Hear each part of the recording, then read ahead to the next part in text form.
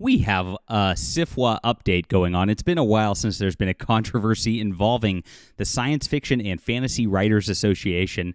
By a while, I mean like a month, as this club continues its downward spiral. Now, MCA Hogarth is pretty well respected by most people. She's a nice lady, writes pretty well. And so she's not very controversial, but she's not like extreme leftist. So I guess like that's a problem for SFWA. And so she says she was harassed by a SFWA member at the Nebula Awards conference over politics, and that led to her not running for president of the organization this time around because she didn't want to deal with the shrieking harpies that go crazy every single time that SFWA does anything. And so we'll get into what she said in just a moment and how this went. I am a victim of SFWA, of course, and their shrieking harpies going after me. They went hard on me to try to harass me out of the industry in 2017. It didn't work. I actually qualified for SFWA in 2017, back when they still had difficult qualifications to get through, which is sell $5,000 worth of one book in 1 year. They have since lowered their standards to make it an unprofessional organization where it's just a bunch of people being social, pretending like they're successful authors, and lying about it.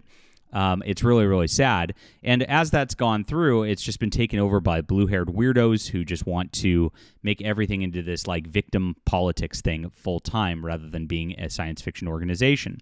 If you don't know what SFWA was, it was started by like the greats in science fiction back in the 1960s, 1970s, and they saw that like a lot of companies back then were screwing over authors and not giving contracts that were fair. And so they used their clout within these bestsellers to just fix it for other authors. It was a very nice thing when it started. Of course, as the internet age came on, contracts became standardized. That became kind of pointless. And of course, now that people can just publish on Amazon and make a lot of money, it really doesn't matter at all. And so this club really offers nothing to members. It just is a political thing. They donated money to like an anthology for the Ukraine last year, just totally misappropriating members' dues. It's a little, they give an awards ceremony to themselves for their own little like circle jerk there. And that's about it. And then they have an online forum, which is pointless. But I attempted to join again, and I just got my results in. We'll talk about that a little bit too. Smash the like and subscribe button. Join us here.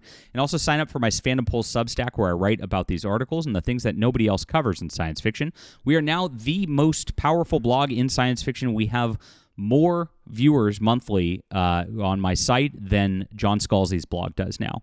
So, guys, you're making a mistake, of course, by making me an enemy. I am bigger than Scalzi.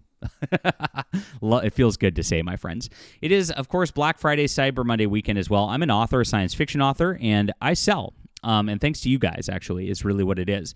This is my Arroz War trilogy, which has done fantastic this year. It qualifies for SFWA every year, just based on its own sales since it came out in 2018, and so this is available for 99 cents on ebook through Wednesday. It's a trilogy though, and I urge you to pick up the whole trilogy because it really pays off. I set it up very, very well to do so.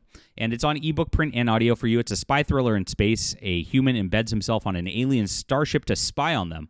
And then it gets very, very out of control very quickly. You'll really enjoy this. Thank you guys so much for supporting us and supporting the books. That's what's most important here. I love the readers out there. All right, so let's get into SFWA. We gave quite the background to open this up and already talked about things. There's been a bunch of scandals within the organization this year, and a bunch of people quit. The president stepped down after a bunch of scandals opened. One of them was an employee alleged that they were being targeted because they were complaining about accessibility as a disabled person. Uh-oh, that's illegal. And so the board didn't want to deal with it. A bunch of board members stepped down. Then somebody came in as an interim president. That person stepped down within a week, and then they held elections, and really nobody wanted to run who like has any sort of like real credibility whatsoever. I don't even know who these people are. We've done a few videos on that and the election. Less than 300 people voted. So you could become SFWA president with like 100 and something people voting at this point for you. Absolutely crazy. And that's how low this has become. Now, these people don't sell any books. None of these people like are actual authors who are professionals for real. But they do like to pretend they have the clout, and they like to pretend they have power. And so that's the whole deal. They go in these speaker tours of different conventions and pretend like they're important people. It's really ridiculous. And that is what the clubs now come down to. In October, we had one other big scandal. One of the people they've held up, one of their board members, Donald Ekpeki, was propped up for diversity, of course, and he was a Nigerian writer, runs GoFundMe schemes pretty regularly because he's not making any money on this either, but wins lots of awards. He was accused of stealing a white woman's short story and slapping his name on it for an African Voices publication, and of course that's gone. Now, MCA Hogarth chimed in after the SFWA election to talk about what was going on with X, and this is what she said. She said, "I still get questions from people who think I dropped out as SFWA's VP from this presidential race because of dire health issues. I didn't have health issues. I left because people like the girl who accosted me at Nebula conference while I was talking to 2 vendor reps so she could have a real, not kidding, crying fit at me about how threatening I was and how if I became president, I would oppress minorities in SFWA.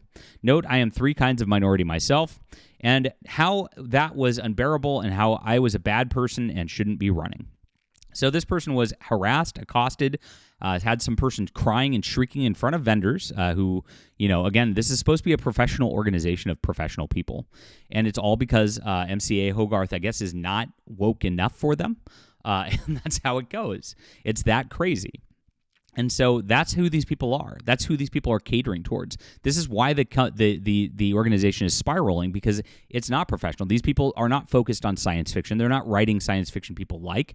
They're not trying to actually have full-time careers in doing this. They're trying to tear down other people who are having full-time careers because of petty jealousy and the fact that they can't even mentally have somebody who's diverse in the real sense around them.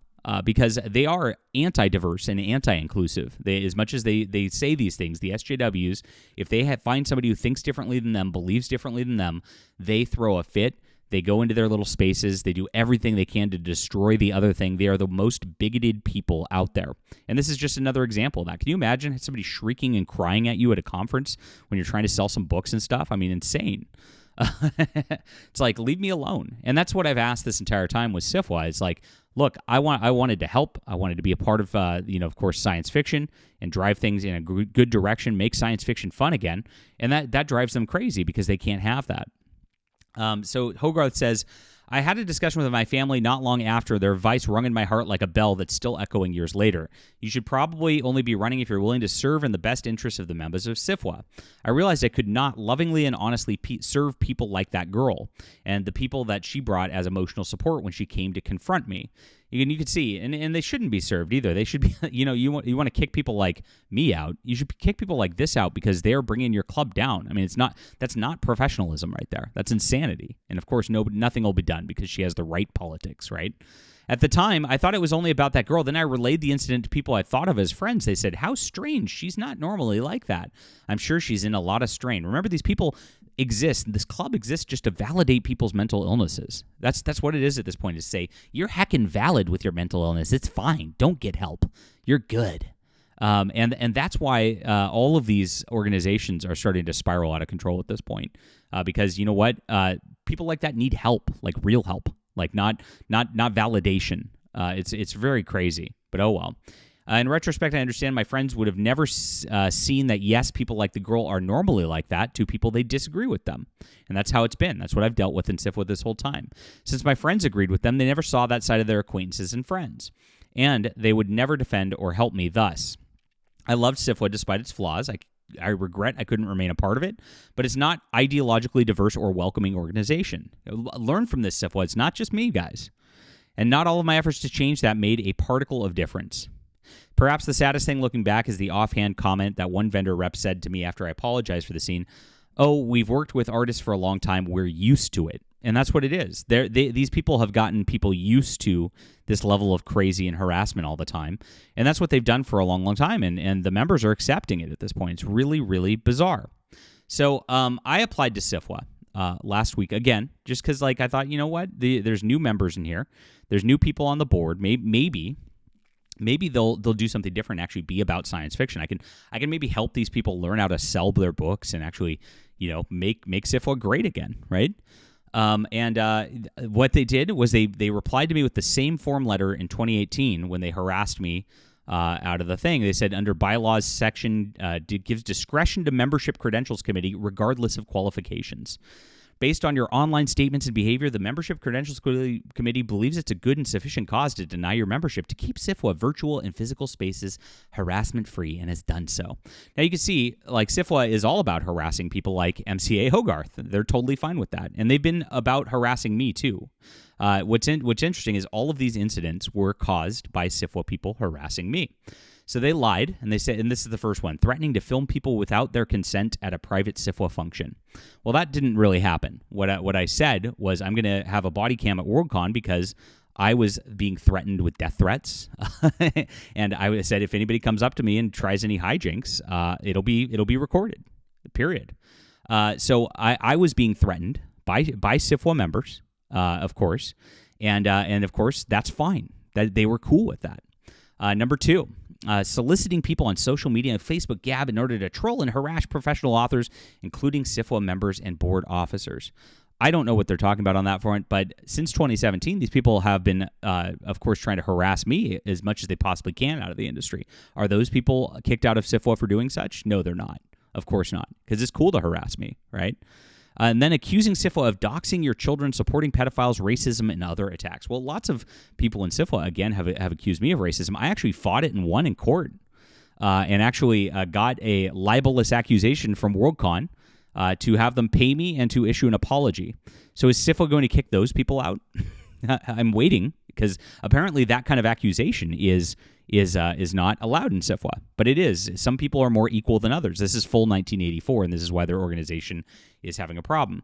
Next, the doxing of the children actually came from Cat Rambo, who was president at the time, posting just terrible things about about me on Facebook, and then of course that sort of thing happened when they went after my family back in 2018 because of her, and she didn't do it, but her fans did it.